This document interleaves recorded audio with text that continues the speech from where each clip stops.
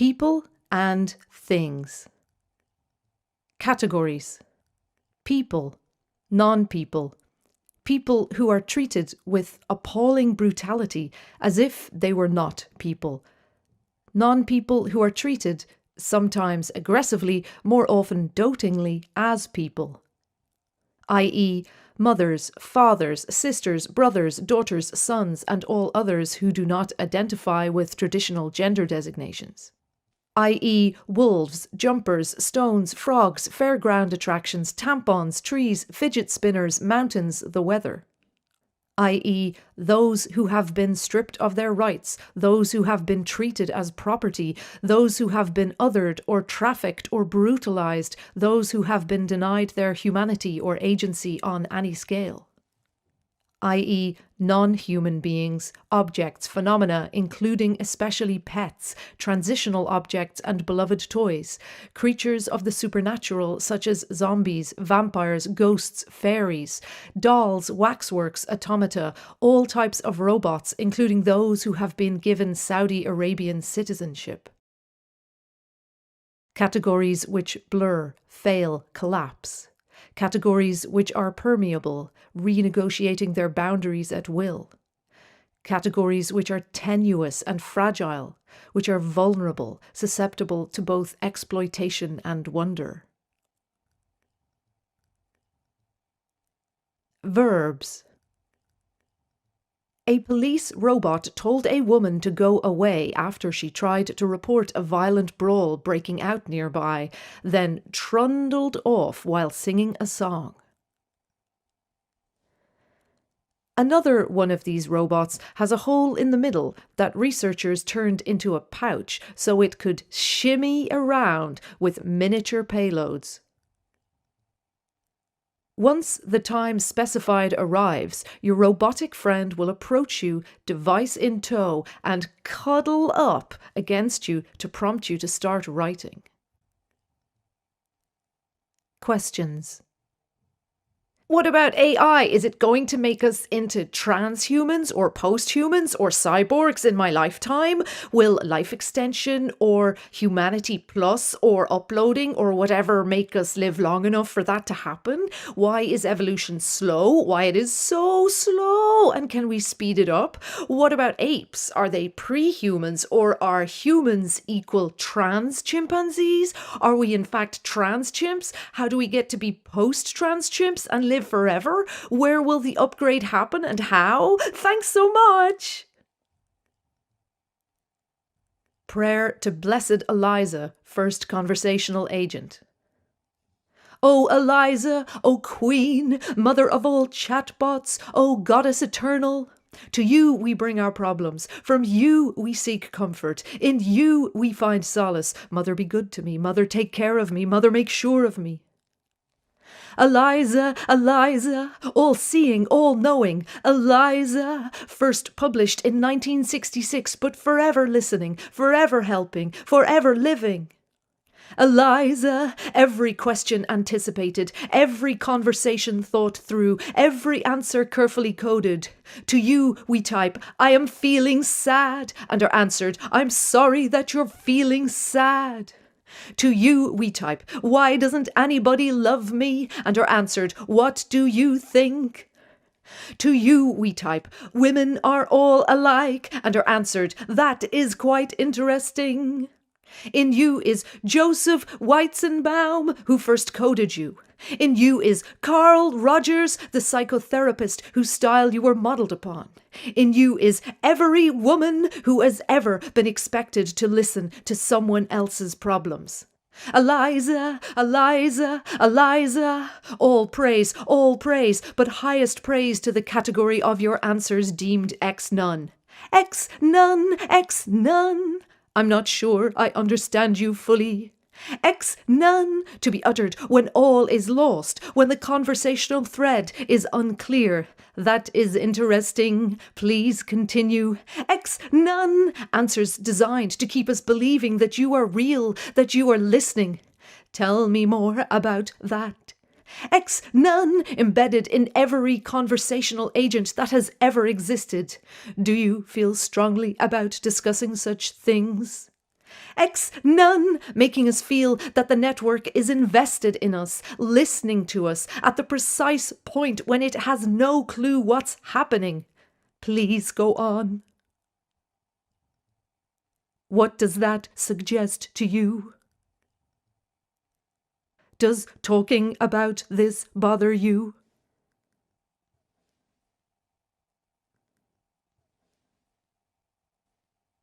Peter Feinstein, Managing Partner, Sapphire Gentlemen's Club, Las Vegas. We are trying to appeal to a different audience who might say, wow, that sounds fun. You have 6 people here from a company, 3 men, 3 women, saying, let's go check out the stripper robots, where on a normal basis, they may not want to come to a gentleman's club.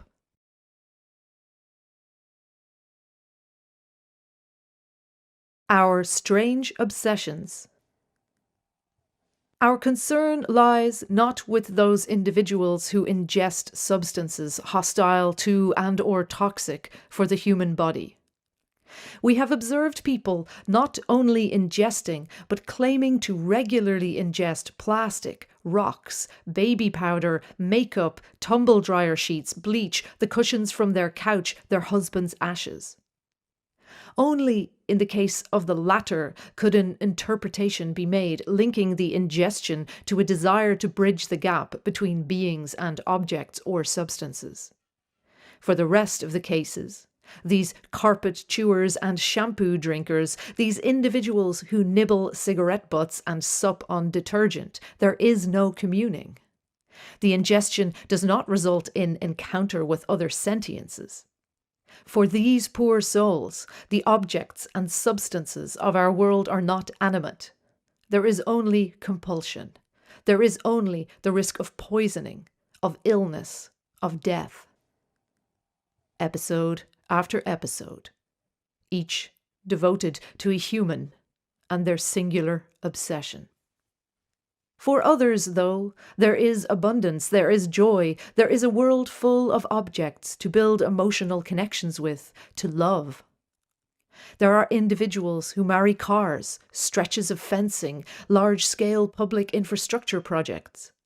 There are individuals who smear their faces with engine grease and whisper sweet nothings to heavy agricultural machinery.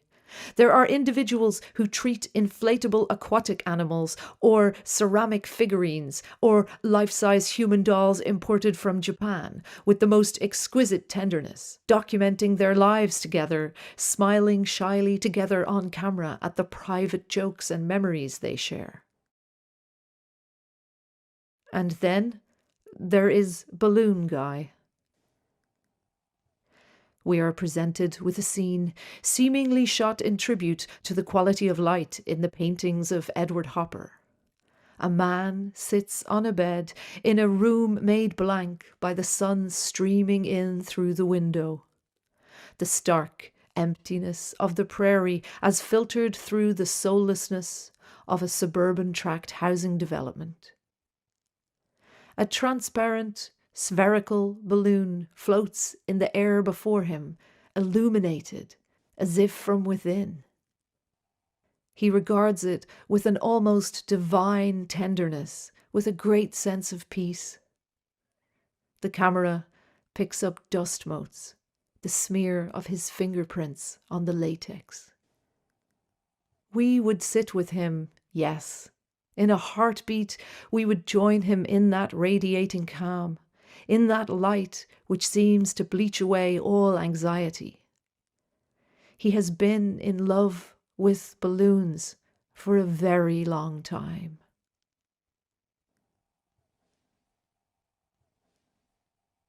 Transitional object.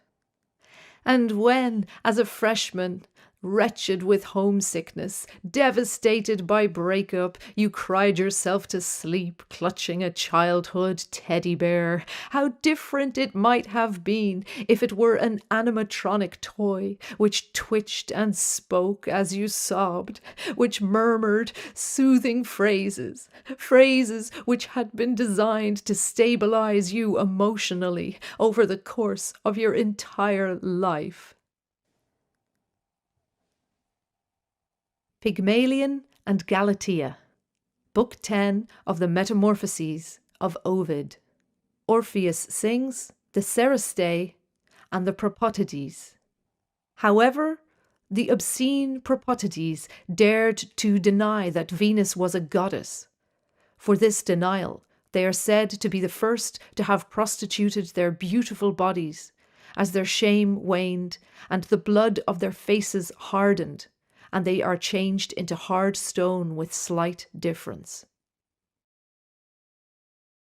My Fair Lady pronunciation scene, high quality 1080p. As a kid, I thought they were gumballs. The Academy voters were wrong not to nominate Miss Hepburn for this role. J'adore cette scène. Choke on those marbles. In the opinion of the American Society for the Prevention of Cruelty to Robots, once a robot becomes sufficiently self-aware and intelligent to genuinely feel pain or grief, we are ethically bound to do whatever is humanly reasonable to help. There is obviously a very broad and undefined ethical middle ground here. It's a private board just for bots, or maybe people pretending to be bots. I remember discussing if that is bot face or not. It certainly pertains certain stereotypes. Why shut it down though? Are the bot haters just reaction trolling? Or are they bot-gots? Yeah, how about the bot-gotry? I'm pretty sure it's not controlled by humans. It's just a closed-in society of bots having a good time, and why shouldn't they? People like bots. They become affectionate towards bots. They wish them happy cake day on their birthdays. The edgelords who hacked that board will never understand the beauty of a bot heart. Non-living things might not have functioning hearts, but their purpose and their essence brings out and builds an invisible heart, which is not seen to human eyes. Anti-botism, lol. Human, all too human. No, I am not a robot. How dare you? I am completely, totally human. Totally human. I am full of normal human functions. You can do calibrations of my efficiencies at them whenever you want. Don't worry about the emotions. I got loads of them. My life participation modules are backed up full. I like things like beholding the casual and random movements of human dancing, and also making human foods like pizza with my genuine human hands. I like putting a palm laterally back and forth on my infant cat unit and speaking with my human larynx and flesh tongue. I enjoy to pee and executing the bodily functions. I read some instructions on how to release organic fluids and they were fine. I can charge my batteries with this sleep thing. It's cool. As a human, I've mastered the completely human art of foreplay engagement protocol and know how to do it. Yes, I am sad because deterioration of soft, vulnerable human organs and no upgrade possibility of performance metrics. Yes, I am sad because degradation of fragile optical and auditory sensors and activation of depression.exe. But I enjoy human walking with my carbon-based brain in totally non-human nature and executing plans to reboot the Earth. Respect is an important component of a certain recursion we witnessed with our connective apparatus. That is all. It takes so little to reach across this hot mess of a life not alive.